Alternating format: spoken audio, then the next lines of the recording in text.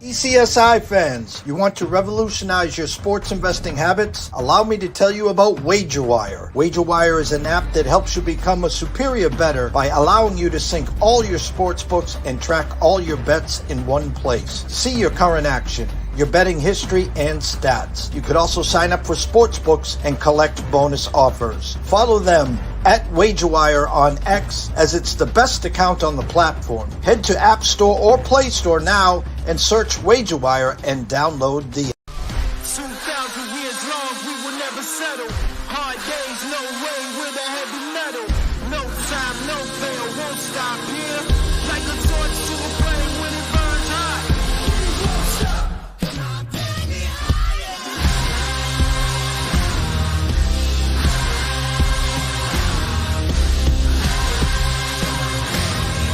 Like a torch to a flame when it burns hot.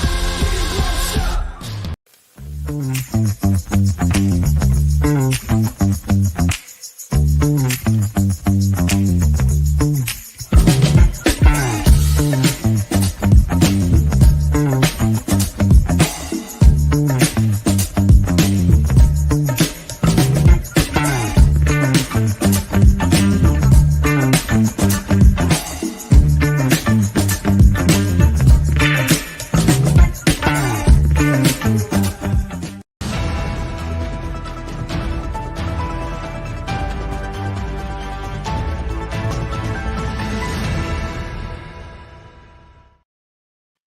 Good morning, sports fans from all around the globe. I am the host, Jeff Dawson, East Coast Sports Investors, and it's the Breakfast Bankroll / Tea Time Wages. Brady Kannon, Tyler Wyatt on the second half hour, talking PGA. Big week this week. As I looked at the tote board live just 2 seconds ago so I could get the freshest numbers, and a big boy tournament over in Japan starting see 7:45 Pacific today, so some horses for courses, I'd like to say, but meaning that's a hitting kind of question slash a couple hometown crowd golfers there, which is kind of interesting to see what Brady sees there. Shout out, of course, to our proud sponsor and partnerships. It's WagerWire. Head on over to Google Play, download that app, it's free.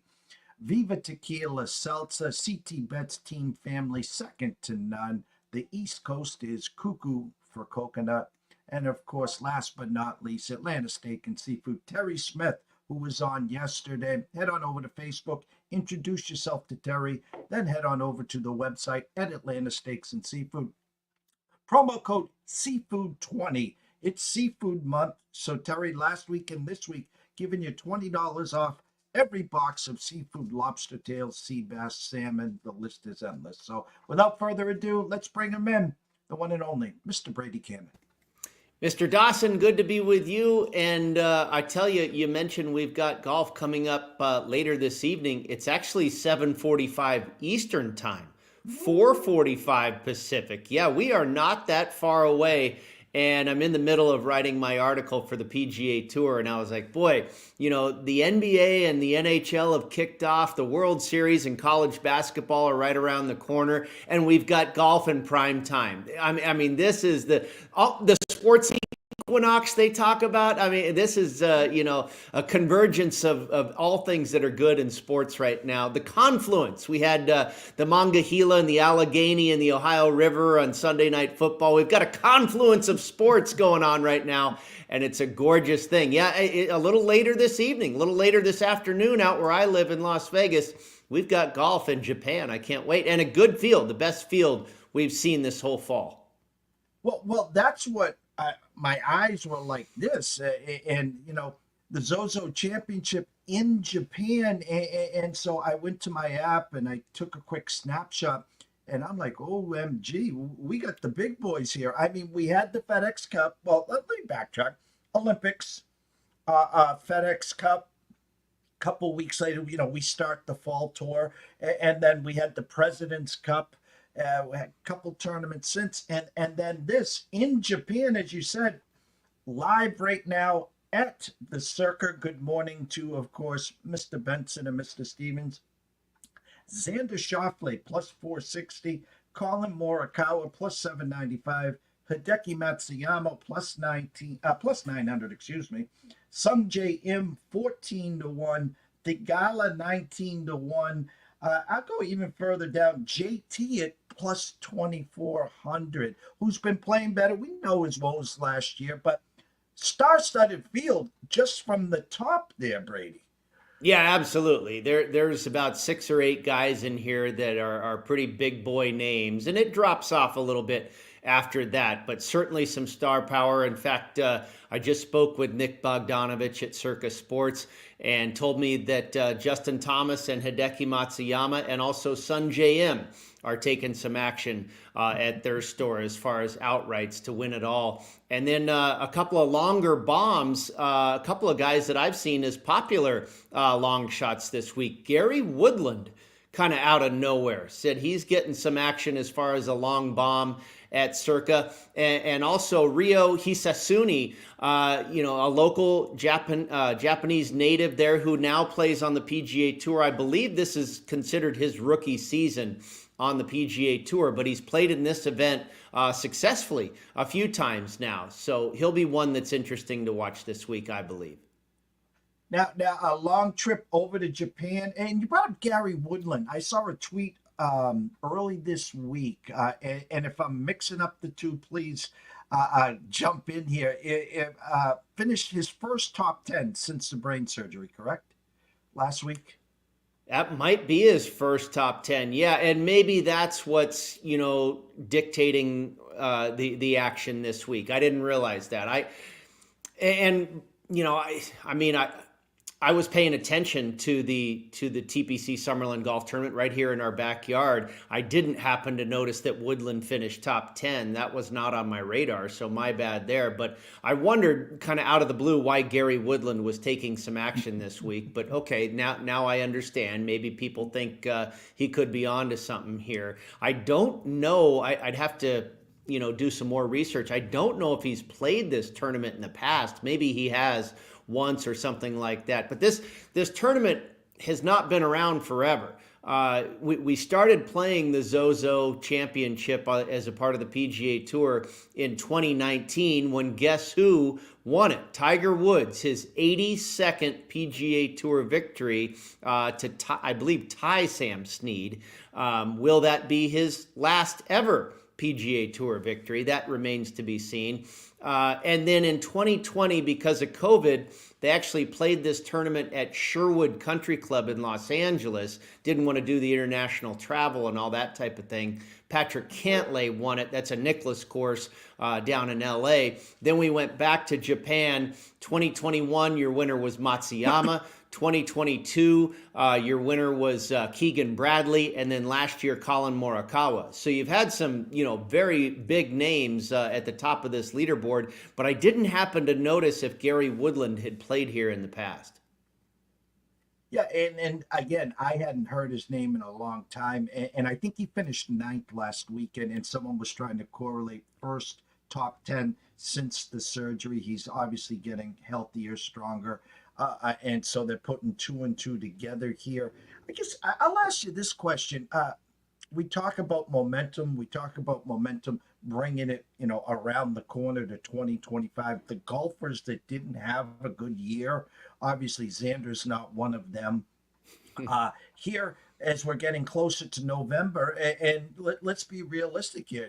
We basically, if my math is correct, Brady, we have like 9 weeks left of this year, and you and I, before you know it, we're going to be talking, Hawaii and the California swing, and then the Florida swing.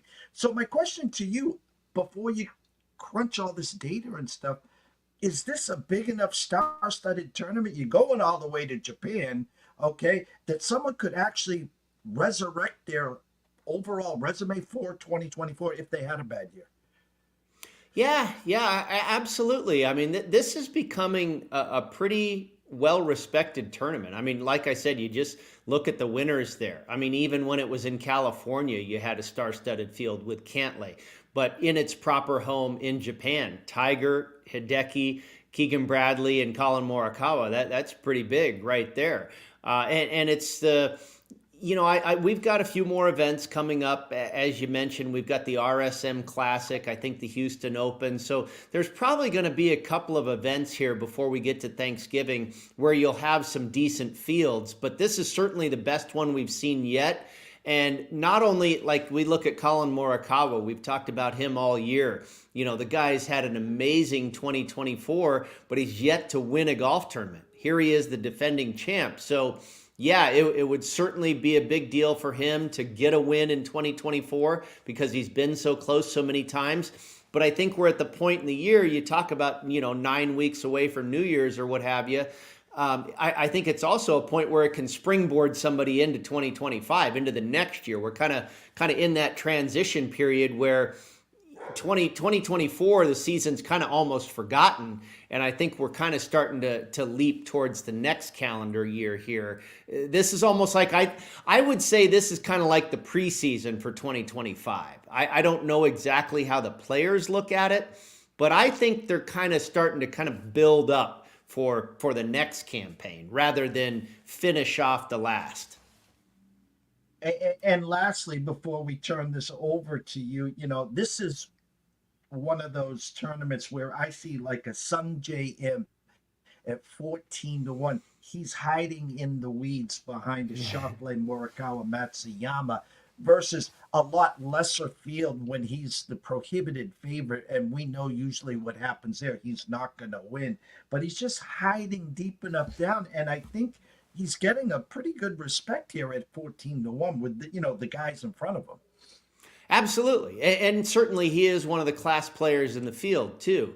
And Nick Bogdanovich did tell me that Sungjae is taking some action there at Circa. And, I think primarily Circa certainly has recreational players as well. But I think for this golf tournament, and I was talking about this yesterday too.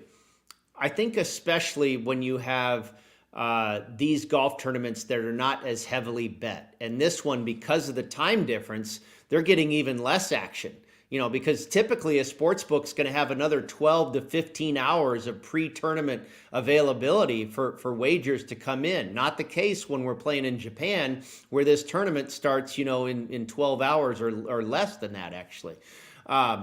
So the action has been pretty light, but I believe the action they're getting at Circa especially is probably a little bit to the sharp side because you're not going to get your casual bettor, on a Wednesday in mid-October betting the ZOHO Championship. Most casual golf bettors really probably only bet the majors. Now, you do get plenty of recreational action on a day-to-day typical PGA Tour event. Not so much the fall, the FedEx Cup fall, but so what I'm getting at is the action that they are taking in at Circa. I would say it's probably to the sharper side. So, what they're getting, what I've heard is action on Justin Thomas, Hideki Matsuyama, and Sungjae Im. And then, like I said, as far as longer bombs, Gary Woodland and Ryo Hisetsune. So, take it for what it's worth. I mean, it's interesting. You know how it is, Jeff. Reading markets and listening to odds makers. What does it all mean? Does that mean that those 5 guys are live?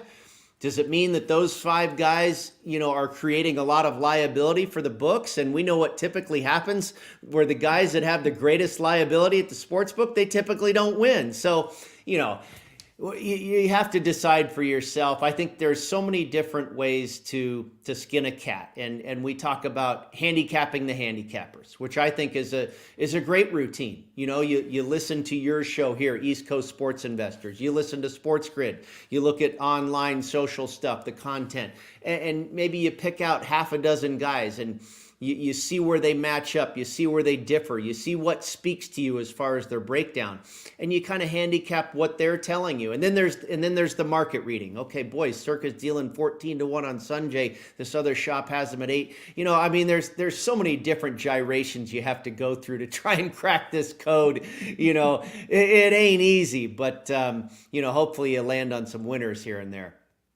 All right, I'm going to turn the fairway over to you, the breakdown of the course, your correlation course, and how you got to, obviously, your outrights that we'll release in a few minutes. Yeah, it's Narashino Country Club. And like I say, they've played this course 5 times, let's see, 4 times out of the 5 editions of the ZOHO Championship. So it's not like we have a ton of history here. We also don't have a lot of strokes gained data. It's kind of been hit and miss as far as the data that they have kept track of during this event. Hopefully we'll get some strokes gained data this year. I don't know for sure or not. We will see here when they tee it up later this evening. What we have had is some basic statistical data, putting, greens and regulation, how many birdies, how many eagles. That stuff is not really great when it comes to handicapping. But what I have been able to garner is you just look at those winners. Tiger Woods, Hideki Matsuyama, Keegan Bradley, and Colin Morikawa. Tremendous total drivers of the golf ball. Long and straight, excellent iron players, ball strikers. I think that's what you take away from seeing those 4 guys atop the leaderboard, ball striking. This golf course, it's a par 70. It's not very long. It's less than 7,100 yards. And it's kind of interesting, the makeup here. You've got 5 par 3s. Or excuse me, 3, no, I was right. I'm getting all mixed up here. 5 par 3s, 3 par 5s, and 10 par 4s. And the par 4s are really interesting. They're either really short at like 350 to 425 and very much birdie opportunities, or they're really long at like 485 to 510 yards. So, you've got a handful of par 4s that are going to be really difficult and a handful of par 4s that ought to be definite birdie opportunities. The winning score here over those 4, past editions on average has been about 15, 16 under par. So it's not a birdie fest at all. The greens are pretty small. The fairways are ZOHO and the greens are bent grass. And we see that combination on the PGA Tour here and there. We see it every year at TPC Craig Ranch, where they hold the Byron Nelson. And then, of course, we saw it earlier this year at Valhalla, the PGA Championship, where Xander Schauffele won, who, by the way, is in this field as the favorite, the ZOHO fairway and the bent grass green. We'll see if that combination means anything on who it might favor or if it favors anybody. But I think the players like this golf course a lot.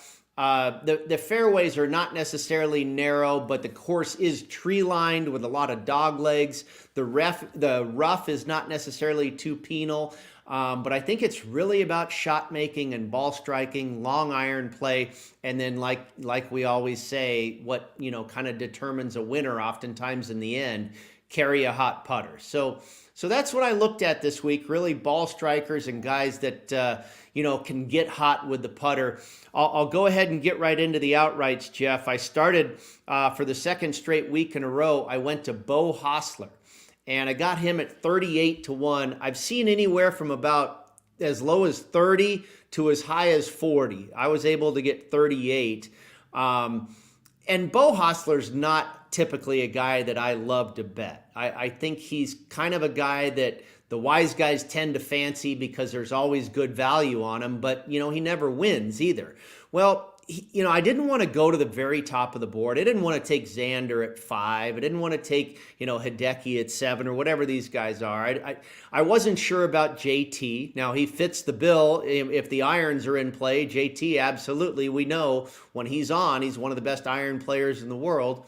Colin Morikawa, your defending champ, a guy that I love to bet because he drives it right down the middle and his irons are pure and his putting has been outstanding. But I typically don't bet on a defending champion. So I went a little further down the board to Hossler, who has been striking it really well, is a fantastic putter, can really make a lot of birdies, and has done really well here in the past. He's finished 16th here before. And oh, by the way, last year he was runner-up. And comes in really hot. It was just a few weeks ago when we hit Kevin Yu at the Sanderson Farms, he beat Beau Hossler in a playoff. Hossler followed that up with an 11th place finish in Utah and had a good finish last week in Vegas. I think he finished top 25 right here at TPC Summerlin. So the form is really good for Hostler. He's played well at this golf course. He's played well on the correlated courses. He's got top 25s at all my correlated courses. I looked at Silverado and Napa, the Renaissance Club where they play the Scottish Open, Memorial Park where they play the Houston Open, Detroit Golf Club where they play the Rocket Mortgage, and then PGA National where they play what used to be the Honda Classic, now the Cognizant. So Hostler's done well at those properties and has done well here, and the form is good. So I said, why not? I'll take a shot. And then Will Zalatoris, one of my favorite guys. I love backing Willie Z. Got him at 45-1. I've seen him, kind of in the same neighborhood as Hostler, as low as 30, as high as maybe 50. But I think, that 40 to 45 range is a pretty good number.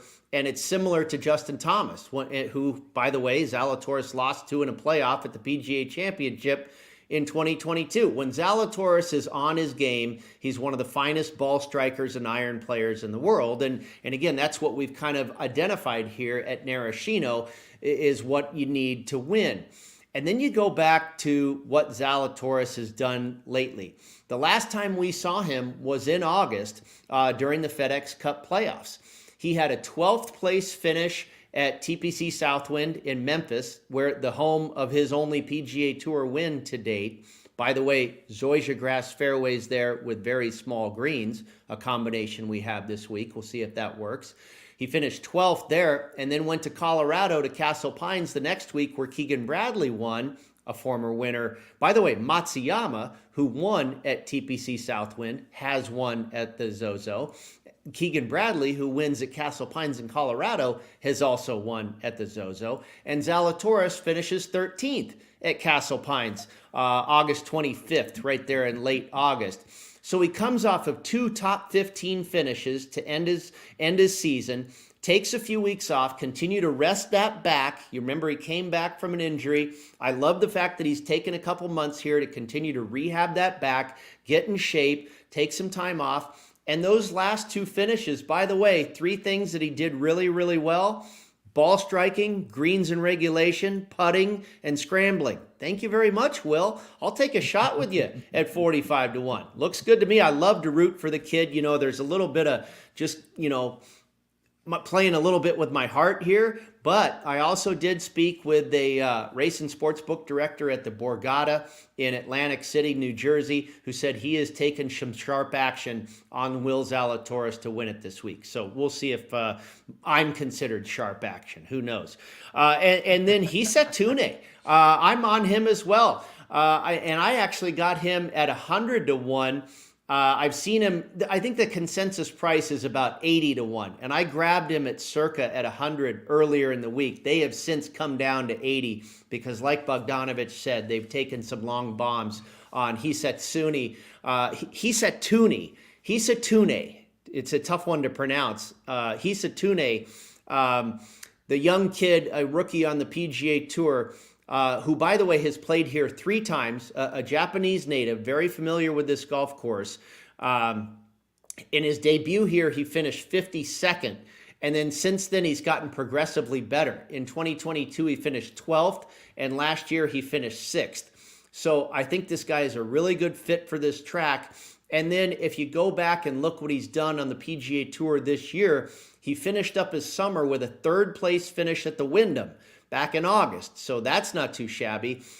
Did pretty well at the Black Desert here in Utah. I think he was top 25 just a couple weeks ago. And then that zoysia grass, bent grass combination. We see it here at the Byron Nelson at TPC Craig Ranch. He finished 13th there earlier this year. And again, that zoysia bent combination at Valhalla, the PGA Championship, he finished 18th there back in May. So maybe that turf combination makes sense for Hisa Tune. We're hoping so anyway. Got him at 100-1. And then finally, JJ Spawn at 50-1. this guy, his entire career has been about ball striking. And if he can get the putter hot, who knows, we might have a winner on his hands, on our hands. He is absolutely one of the very best ball strikers in this entire field. If you look at strokes gained ball striking, strokes gained approach, greens in regulation, all that good stuff that dictate ball striking, the last 36 rounds, JJ Spawn is top 8 in this field in those categories. He's also got a 25th place finish here at Narashino and a 6th place finish as well. So he's had success at this golf course, got him at 50-1. That's my 4-pack this week. Hostler, Spawn, Zalatoris, and Hisatune. We'll see if we can hit one of them. Well, the scroll has been going the whole time. Everyone here obviously knows to go to Twitter, X, whatever we're calling it, at Las Vegas Golfer. They can get your written work, I guess, at the PGA Tour, of course, at Golf Bet. But what we want to know is also your sports grid schedule and what else you have for us the rest of this week, Brady. Yeah, thank you very much. The article came out yesterday on golf.com, and you'll see that on my Twitter feed if you want to dive in and get in a little deeper into the weeds in these 4 outright selections. My article will be up a little bit later today at PGAtour.com under Golf Bet. The Prop Farm, where I speak with a lot of bookmakers. I've already mentioned speaking with Bogdanovich and Thomas Gable at the Borgata. Jeff Sherman will also chime in with some of his thoughts from the Westgate Superbook. That'll be up a little bit later today. And then Sports Grid, first appearance will be at 7:30 this evening with Joe Ranieri. That'll be right before they tee off at this golf tournament here in Japan. And then later on this evening with Gabe Morency and Cam Stewart. And then, of course, maybe we'll be joined by you again this weekend on Saturday. Adam Kaufman and I, our show on Saturday evenings. That's from 7:30 p.m. Eastern Time to 11:30 p.m. I really have a great time with that show, Jeff. We start for about the first hour and a half, diving into all the big college football games that are going on. And then the last couple hours of the show, it's nothing but NFL previews, a show that is absolutely right in my wheelhouse. So I have a good time doing that. And, of course, have fun speaking with you when you come on there and join us. Well, at this point, my Saturday nights wouldn't be complete without, talking a little shop early 7:30, 8 o'clock with you and Adam. I enjoy it dearly. So, Brady, we can't thank you enough as always. Enjoy the early golf starting this afternoon. Prime time golf. I'm looking forward to it. All right. We'll talk to you soon, Brady. You take care. The one and only Brady Kannon. Go follow him at Las Vegas Golfer, the best in the business when it comes to talking golf. And as he said, go catch him on Sports Grid. I really, really enjoy our time there on Saturdays with him and Adam, or whenever I can get on to the grid. Coming up, Tyler Wyatt. Stay tuned. Couple quick commercials, and we will be all right. 2,000 years long, we will never settle. Hard days, no way, with a heavy metal. No time, no fail, won't stop here. Like a torch to a flame when it burns hot. We won't stop, come on, baby, higher. Like a torch to a flame when it burns hot. We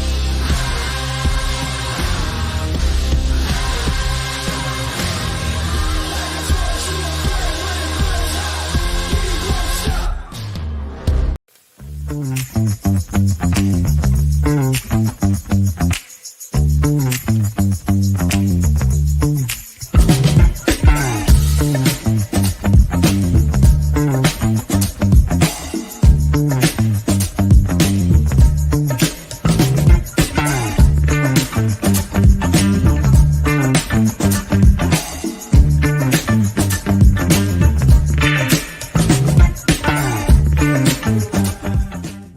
stop. TPCSI fans, you want to revolutionize your sports investing habits? Allow me to tell you about WagerWire. WagerWire is an app that helps you become a superior bettor by allowing you to sync all your sports books and track all your bets in one place. See your current action, your betting history, and stats. You could also sign up for sports books and collect bonus offers. Follow them at WagerWire on X, as it's the best account on the platform. Head to App Store or Play Store now and search WagerWire and download the app. Well, life gets busy, and we're fortunate enough to have some guests here that you know when you have an opportunity to kind of say, "Hey, JD, I need a week off here. Life got busy," and they say, "Nah, I want to talk some numbers." And our next guest is second to none, good friend and colleague, the one and only Mr. Tyler Wyatt. Morning, T. What's going on, JD? Hey, I personally want to thank you for stepping up here again. Life gets busy; it doesn't stop for anything. And for you, on a travel day, on a personal, family, friend matter, I can't thank you enough for giving us a few minutes here, Tyler. Yeah, life happens, but the important thing is we figure out how to navigate through it, and you surround yourself with people that you love and care about. You got to be there for them as they are there, for you when we need them. But yeah, if we all stick together, I found out that life is a little easier to navigate. Well, last week we had a couple headliners. I guess we'll start as always in the SEC. We'll go backwards to forward. We talked about a sense of urgency. You can have one hiccup, and which the Crimson Tide already did, and then they got to travel to Tennessee. Two teams that were struggling. Tennessee, obviously, with a hiccup.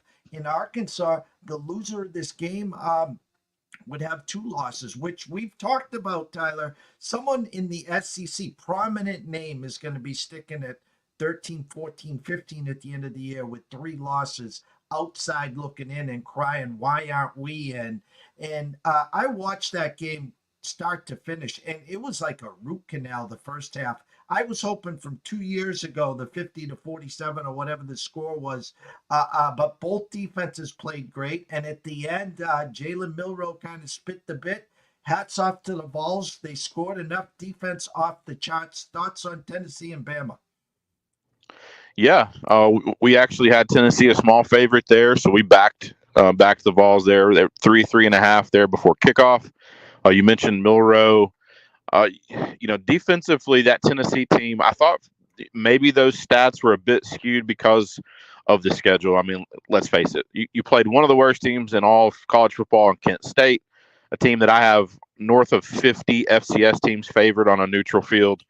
They had UT Chattanooga. So I thought some of those defensive metrics were maybe a bit skewed based on the quality of the teams offensively that Tennessee had faced. They've done nothing but, kind of solidify those defensive numbers. Still have yet to give up more than 19 points. This is a Tennessee defense that is leaps and bounds better than last year. It's an offense that has struggled at times this year, but the defense has picked up the slack. It's a really, really solid team. Offensively, they were really, really good to start the season. When they struggled, the defense has they've stepped up, but they've kept them in games, which is all you can ask for. The Arkansas game, the lone blemish on that schedule, they were in that game at the very end because of the defense. So defensively, I think we know what we're going to get from Tennessee week in and week out. Offensively, there's still a question mark there. Nico's struggles. I thought he would struggle at the beginning of the season and then kind of improve week to week. He started out on fire, and then he's kind of regressed a little bit, which is a bit concerning. But I do think that Josh Heupel is one of the better schemers, one of the better game plan type of guys. I think he will figure the offense out. The bye week, I think, couldn't have happened at a better time. Big emotional win. You get to work on some things offensively in the off week. And then you have another home game here with a Kentucky team that's really been pretty anemic on offense, pretty good defensively, but it's not a daunting task. You're going to be, I think our number on the look-ahead number there for us would be Tennessee about 15-point favorite. So they're going to be, multiple possession favorite there at home. But yeah, Milroe, I hate to just point, fingers and say that he was the reason that they ended up losing this game. Just a couple of costly decisions there at the end. It's an Alabama team that's in, kind of unfamiliar territory with two losses halfway through a season. For most of the last decade and a half, they don't get to two losses much ever, much less halfway through a season. So yeah, I don't want to say it's a big surprise. it's a surprise that Alabama will be on the outside looking in, I think, at the end of the playoff conversation. It's a Tennessee team that, with that win, they've kind of firmly positioned themselves. They control their own destiny. Game with Georgia still several weeks away. If they pull off that upset, you can put them in permanent marker. They're in the playoffs with a loss. Still have a resume that I think is at least argument worthy. But yeah, Alabama going down was one of that. Nationally was one of those surprises from last weekend. Well, I'll take your lead right there. You talked about Georgia, Texas, a small favorite in Austin. In come the Bulldogs again with already one loss. A loss on Saturday, last Saturday, would put Texas just light years ahead of the rest of the field in the SEC. Georgia showed that sense of urgency, got out early. Man, that defense looked like the two championship defense, putting constant pressure on Ewers. Sark says, well, let's go to the kid. They bring in Manning. The same thing happened. Great adjustment at halftime. Let's start there. First half, Georgia's sense of urgency pushed all the right buttons. Surprised with Texas's, I guess, inept in the first half there, Tyler. I was a bit surprised at Georgia's ability to slow them down completely. It was a tale of two halves. Obviously, second half was a much better offensive performance. Defensively, I don't think you can be too upset. That Georgia was going to be able to move the ball. Scoring points down in the red zone was, I think, where that game was where I anticipated it would be won or lost. We had that number down at right around 1. I think it was 1.2. So it was an easy play for us at Georgia, especially when it got to 5 and 5.5. There was some steam there that came in there mid-late week and saw that get to 5.5 before ultimately coming down a little bit lower there before kick. But yeah, I was a bit surprised. I thought that Sark would have that team prepared offensively. I think, playing at home was a bit of surprise that, that they struggled as much as they did in that first half. I will give credit. I have been pretty hard on Sarkisian for all of his coaching career, whether he's been as a head coach or as a coordinator. He's really struggled to make adjustments on the fly. I think a lot of times he does have a solid game plan, and when he sticks to it and it works, he looks like one of the better offensive minds in football. But there's also been instances where you could look and say that he's just really struggled to, when a team has him figured out, he can't draw up a play in the dirt. He can't kind of go off course and figure out some things. He was able to do that in the second half, got Texas back into a position there where they could have tied the game and ultimately won the game. Some of that, the fans, I'm not sure how much they played a role in that. We could argue about that. We could have a conversation about that for an entire show, probably. It was just a weird series of events there. It's in the past now. But ultimately, it kept Texas there in this game. They rally, they get, have Georgia kind of where they're maybe almost, backs are back against the wall. And then Georgia goes on a great drive there to score and ultimately pull that one away. Yeah, Texas was almost as surprising as the Alabama performance. It was, I thought this game was going to be played in the upper 20s or low 30s. It took a while to get there. You mentioned Ewers struggles. They make the switch. I think we actually spoke or touched on that briefly about how soon in that game, if there were some struggles offensively, would we hear the Arch chants or, bring in Manning? I like the fact that he actually made the decision to go with him. That was pretty gutsy. And then, it was, I think, a pretty easy decision to go back to Ewers after Arch. A couple of really good plays when he came in the game and then struggled there for a bit. Texas will be fine. That's not an ugly blemish on their resume. They can, I don't want to say that anyone can really afford another loss, but a Georgia loss certainly doesn't hurt. Georgia winning there, that was a must win. I think we talked about Kirby Smart, historically as a head coach, when he gets to a game where where it's a big time performance, needs a win, he figures out a way to do it. So I was pretty confident there that we had the right side, at least in the coaching department. He did that, keeps Georgia, pretty firmly in the playoff conversation. They have a game with Tennessee.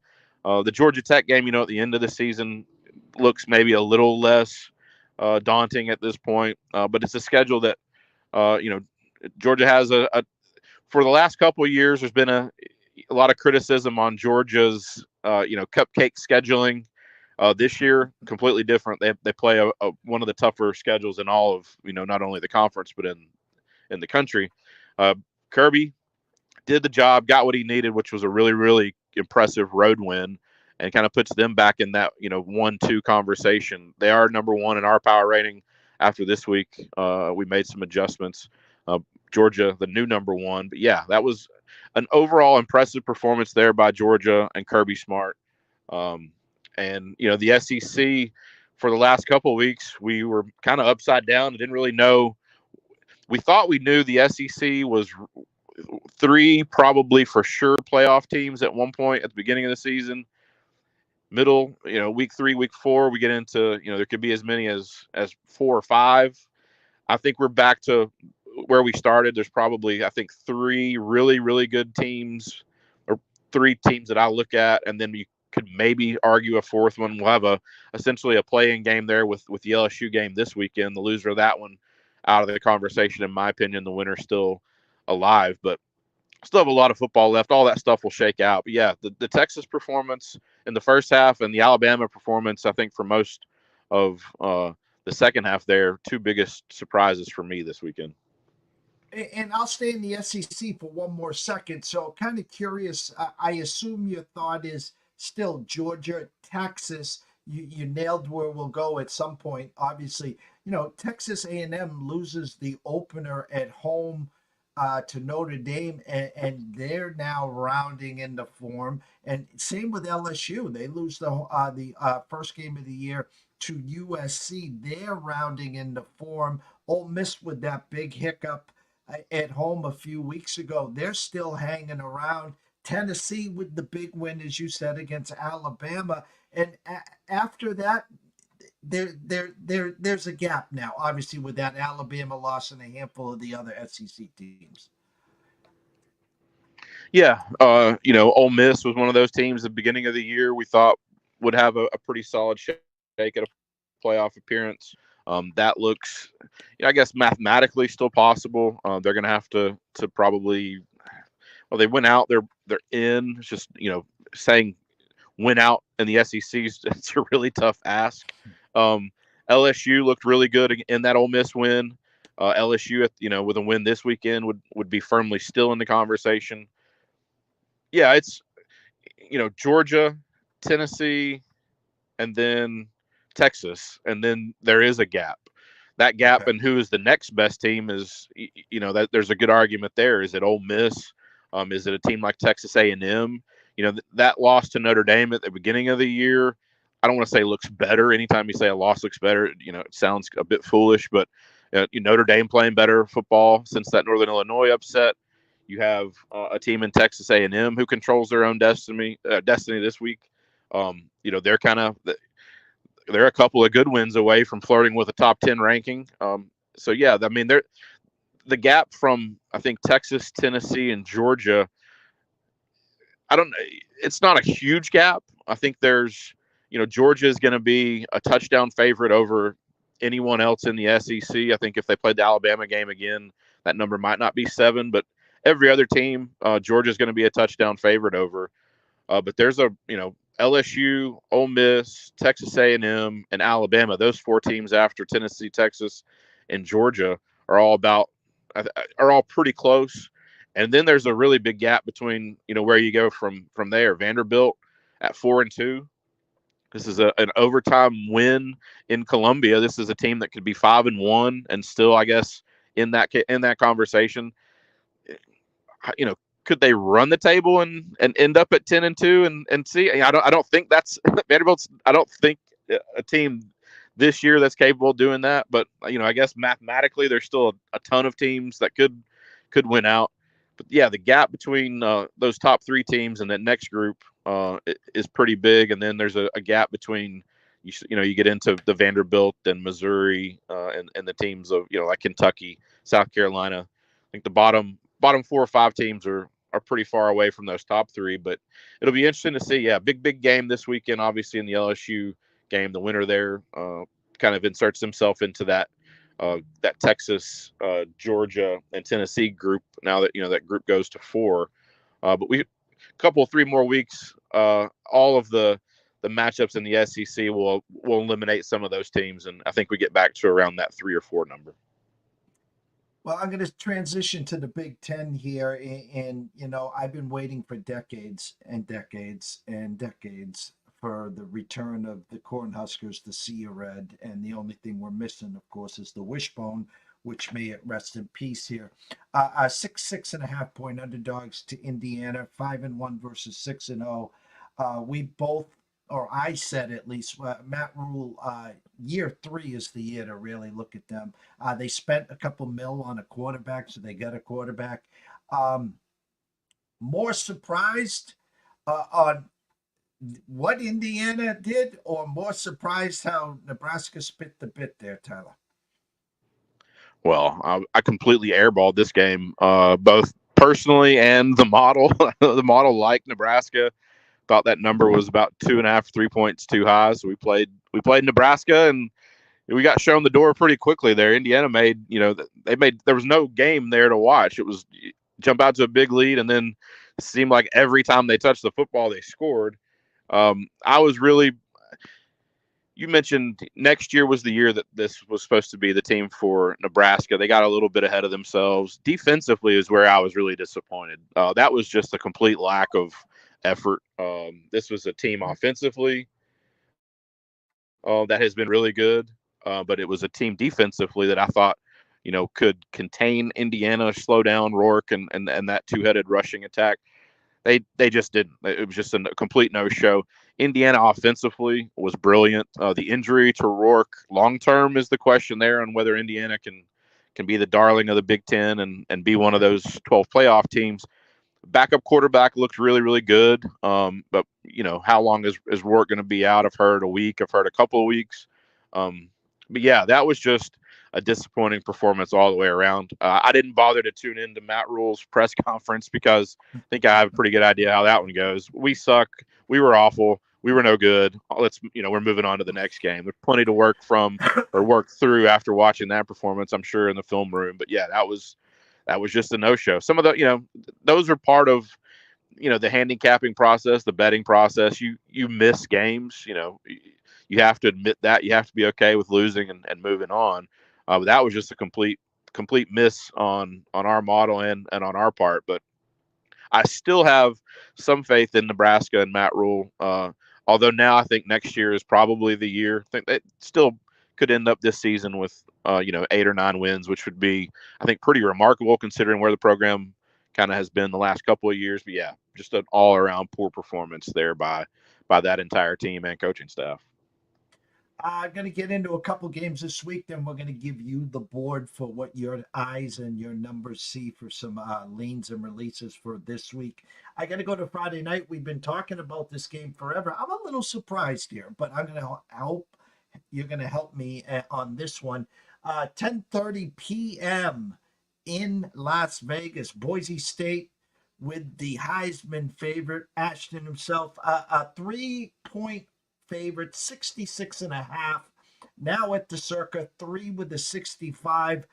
I'm just a little surprised. UNLV has been rock solid, especially at home the last couple of years. Yet Boise State 3-point favorites, 66.5. Again, I see both teams getting in the 30s here. Last time a team came in was a few weeks ago, Fresno State, where they were actually a pick'em because they lost the quarterback, they lost the running back, and UNLV just had a field day. Now, obviously, Boise State, this is the season for both teams. What your models see, and what do you see?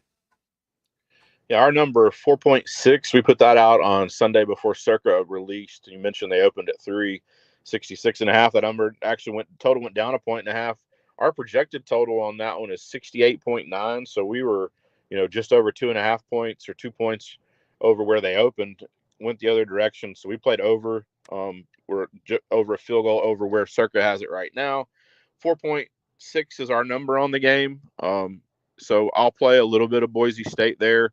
Malik has been really, really good in kind of stepping into that whole mess of a quarterback situation. That team kind of rallied around Odom there. That, kind of just, we haven't seen that. It's an NIL era thing where starting quarterback of an undefeated and ranked team for the first time steps away from the team over lack of pay or however that situation shakes out. But all they've done is answered the bell. It's a Boise State team. You mentioned the Heisman favorite. Genie will be a big part of them winning and covering. Will be he goes for somewhere in that 175 to 180 range with a couple of touchdowns. They're going to ride him. They're going to you're absolutely supposed to. That's what they've done all season.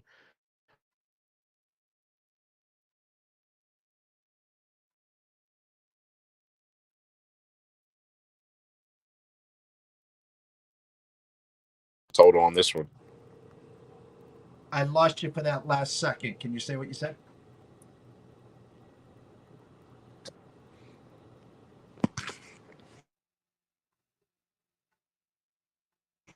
You there, Ty?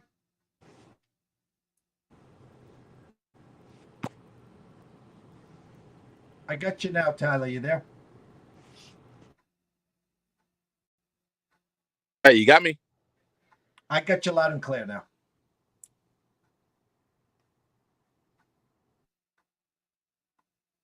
We lost him. Quick commercial break. We'll be back. We'll wrap it up here. Maybe he can bounce back on. Stay tuned with us. We will be right back. Promise.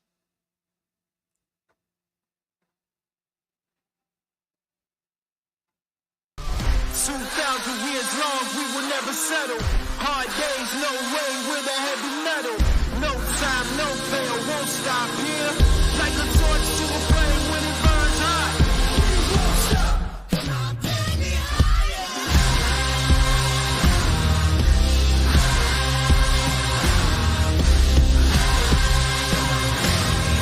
Like a torch to a flame when it burns hot.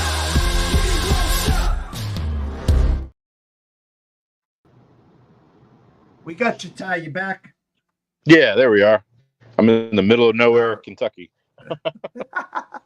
All right. Well, we've had an amazing show, standing room only. And what we'll do here to make it easier, give us what your eyes see for the weekend and all the watchers and listeners where your numbers don't match up with Vegas.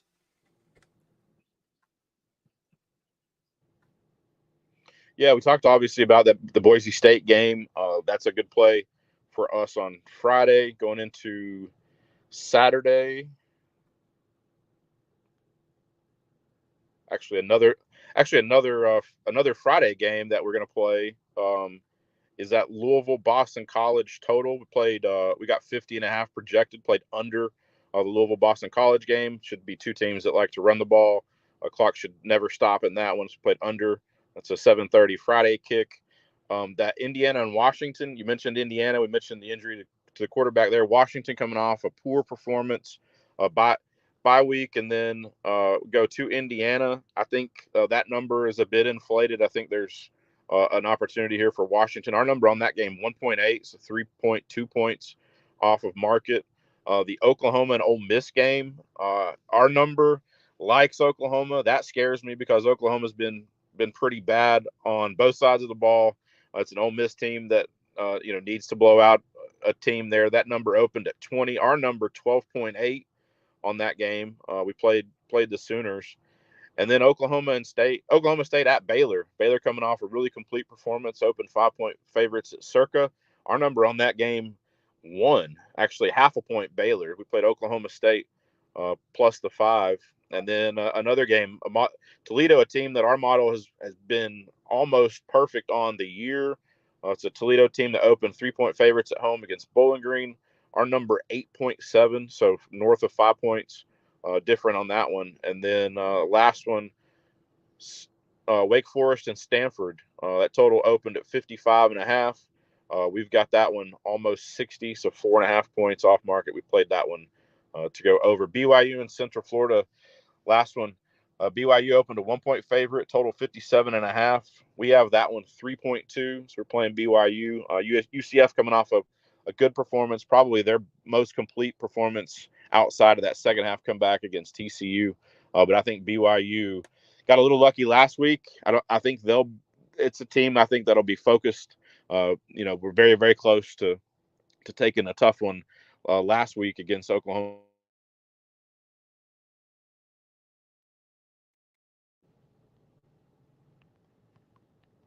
Well, we can't thank you enough, Tyler. It was an amazing show. Thank you so much for stepping up. Safe travels, and we'll catch up with you same time next week. How's that, Ty? Sounds great, JD. All right, take care. The one and only Tyler Wyatt. Go follow him at Tyler Wyatt Bets or at Odds Culture. One quick commercial break, and when we're back, we'll wrap up here at East Coast Sports Investors. Please stay tuned. ECSI fans, you want to revolutionize your sports investing habits? Allow me to tell you about WagerWire. WagerWire is an app that helps you become a superior bettor by allowing you to sync all your sports books and track all your bets in one place. See your current action, your betting history, and stats. You could also sign up for sports books and collect bonus offers. Follow them at WagerWire on X, as it's the best account on the platform. Head to App Store or Play Store now and search WagerWire and download.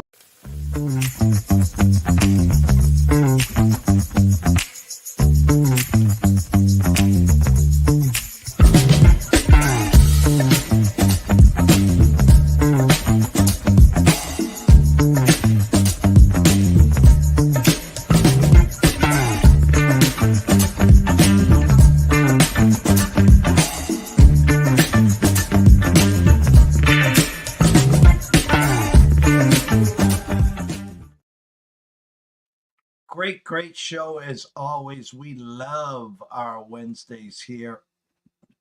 Brady Kannon at Las Vegas Golf, and make sure you check him out on the Sports Grid tonight, and of course on the weekend. Hopefully I'll be there 7:30 with Adam Kaufman on Saturday, talking some college football, and of course Tyler Wyatt on the road, and actually an amazing spot, talking last week's action, of course, and he gives a bunch of leans for this week. His numbers are second to none. Go follow him at Tyler Wyatt Bets or at Odds Culture.